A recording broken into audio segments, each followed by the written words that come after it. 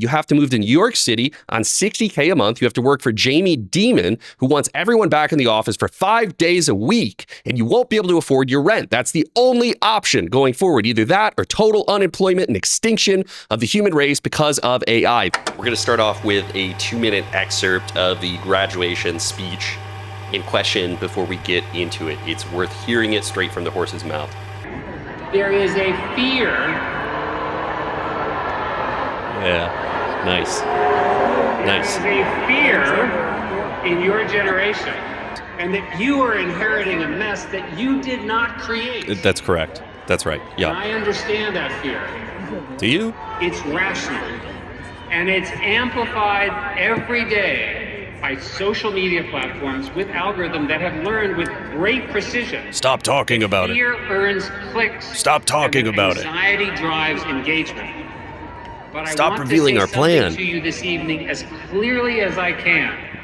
To speak of the future as though it has already been decided is to surrender the one thing that actually matters. You are surrendering your agency. The future does not simply arrive. You surrendered our agency, sir. In laboratories, you surrendered in dormitories, in startups, we had no choice. In classrooms, in legislators.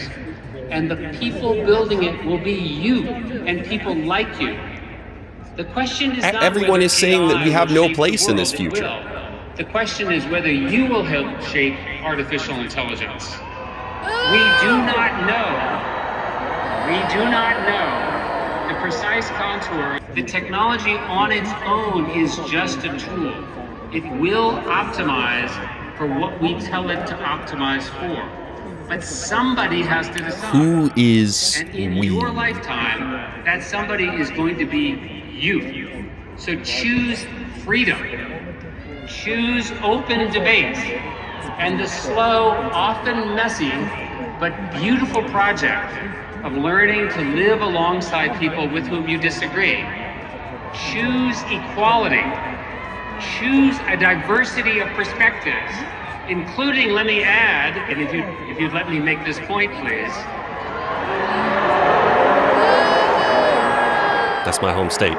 That's my home state right there. That is my home state right there. What I'd like to make is choose a diversity of perspectives. Okay. I'm going to stop it there. I cannot bear to watch another second of that. I want to say a couple of things right off the bat. First of all, I don't think I have ever been so proud as I am now to live in the great state of Arizona. That was University of Arizona commencement speech. Of course, former Google CEO Eric Schmidt giving that, and the crowd booing constantly. Every time he mentions AI, every time he mentions equality.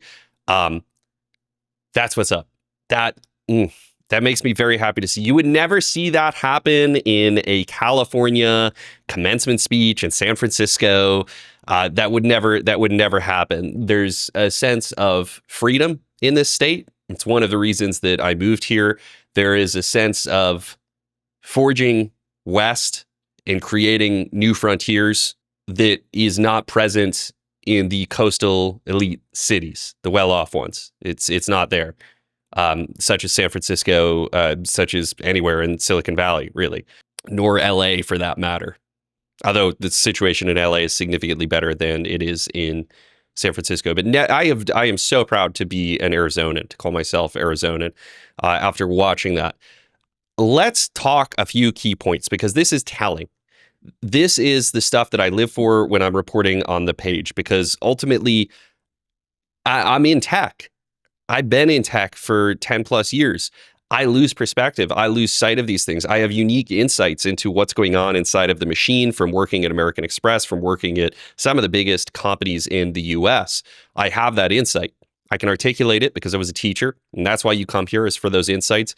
But the thing that it risks, and the thing that I think a lot of creators aren't getting right on this, that are talking on AI in the AI space, they are missing out on what the general populace thinks. What's your ordinary person on the street think? What's a college grad from University of Arizona think about everything that's going on?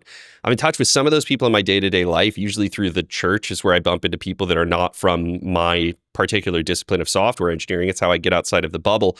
But my sense is that a lot of creators don't. They spend all day talking tech with other tech people in their tech bubble, and they form their opinions based on that, some good and some bad. But the real truth and the real interesting bits come out of knowing what a broader swath of Americans think.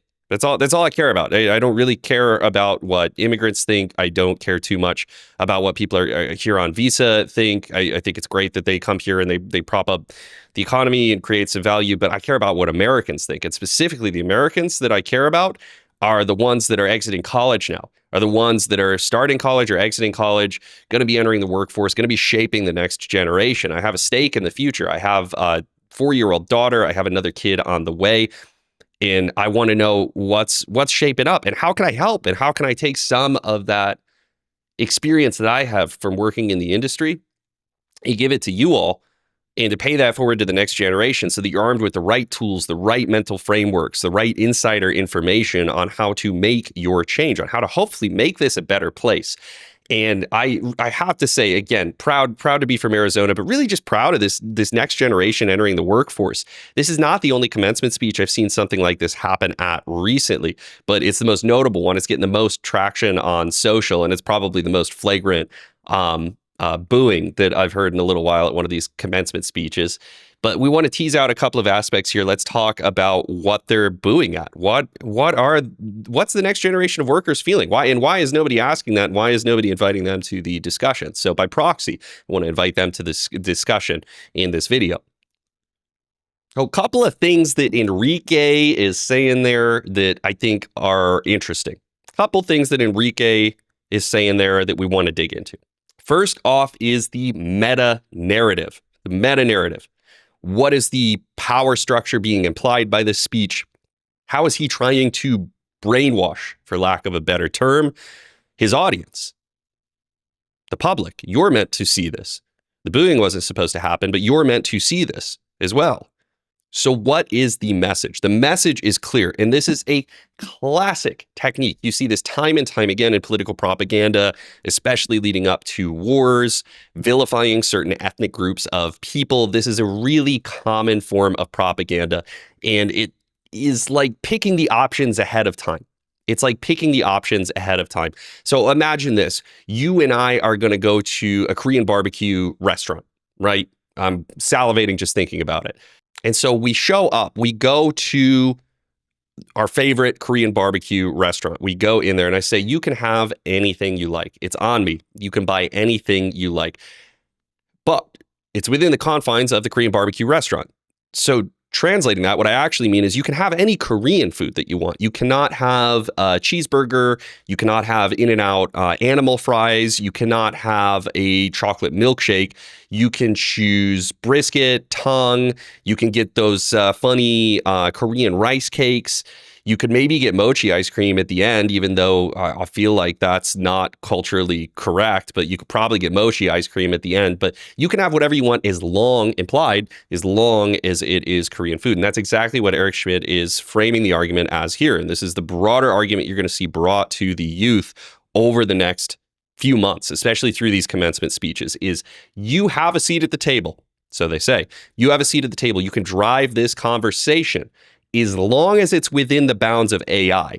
And the subtext there is AI is happening. AI is happening. As I've said before, AI is something being done to us, not for us. AI will happen. It is happening. That is inevitable. Nothing you can say or do can change that. That is the subtext that he's giving out. You are powerless in this decision. What you can do is you can decide that you are going to be a cog in our machine, and you can make some decisions about how we're going to use the AI and maybe what the personality is. We'll let you choose the color of it, but we're not going to let you choose whether or not we're using the AI. You must eat the Korean food at Korean barbecue. You may not have a Beyond Burger. May not have one. You must eat the Korean barbecue. And these kids aren't dumb. These kids aren't dumb. You could argue they're just finishing, most of them are just finishing bachelor's degrees. You know, what do they know? and probably more than you and I about the way that the world works and the world that they're facing, because they're actually living in it. When you and I look at it, we already have some years in our career. Maybe if you're older and you're watching this, as most of my audience is, we have some years in our career. We have some money saved up. We got a 401k. Maybe we got a family. Maybe our wife even works. Maybe we got dual income. Maybe our kids are even old enough that they're out of the house. But these kids are going to have to provide a paycheck for themselves in the next few months. They're finishing up school. Their prospects are bleak. They're priced out of housing, totally priced out of housing. They can't get a job. They're competing with a global workforce. I mean, how often do we see? I have another video coming later this week. That's another expose on the H-1B program. They're competing against a bunch of people from other countries trying to get the same jobs that they are in tech on top of the AI thing. And all of these big companies are doing layoff. It's constant fear at Meta. It's constant fear at Cisco, at Cloudflare. The execs are coming out and they're explicitly saying the AI is replacing people. We do not need the people anymore. And those were the jobs that they were hoping to get. So these kids are left thinking, what the hell do I do after I walk out of this commencement ceremony? I have a degree that isn't really worth the paper it's printed on at this point. Maybe I could burn it to keep warm. Not going to need that in Arizona. But what the hell am I supposed to do? I'm going to have bills to pay. I had student loans. I'm going to have to pay them off. I'm never going to pay them off. What am I supposed to do? And a man gets on stage, not just a man, a billionaire, at a time where the wealth gap between the rich and poor is larger than it ever has been in American history by a wide margin. In the 1970s, CEO to worker pay was at about a ratio of 70-1. These days, the last figures from a few years ago, and I'd expect this to be much higher now, 300-1. People, 300-1 CEO to worker pay. And Eric Schmidt was no average CEO. He's the CEO of Google. He never has to worry about money again in his lifetime. Ever. And he is telling you, don't worry, just come and be a cog in our machine. Well, where are the jobs? Which job will I have when all of the other CEOs are saying that we're going to be totally replaced by AI? We're not fucking dumb. Where are the jobs that we are supposed to work? And if we get a job, never going to be able to pay off student loans, never going to be able to buy a house, are going to feel like we shouldn't start a family because we don't have enough money. What are we supposed to do? Where are we supposed to go? Well, you could be a cog in the machine and you could choose the color of the AI and we'll pay you, it'll probably be lower, but probably $60,000 a year. We'll pay you $60,000 a year, which will make sure that you cannot afford a house anywhere in the country except for very rural areas. Why don't you just buy? Why Dave Ramsey is saying, why is nobody buying a house in Iowa? Because there's no jobs in Iowa, and all of the CEOs required that everyone went back to the office 5 days a week. You can't get a job in the office in Iowa. You have to move to New York City on $60K a month. You have to work for Jamie Dimon, who wants everyone back in the office for 5 days a week, and you won't be able to afford your rent. That's the only option going forward. Either that or total unemployment and extinction of the human race because of AI. That is what we are headed towards if we continue down this path. And those kids intuitively know this. And that is why they boo. I am pissed off and I see clouds gathering on the horizon. So I have to go because the storm is moving in and it's looking bad today.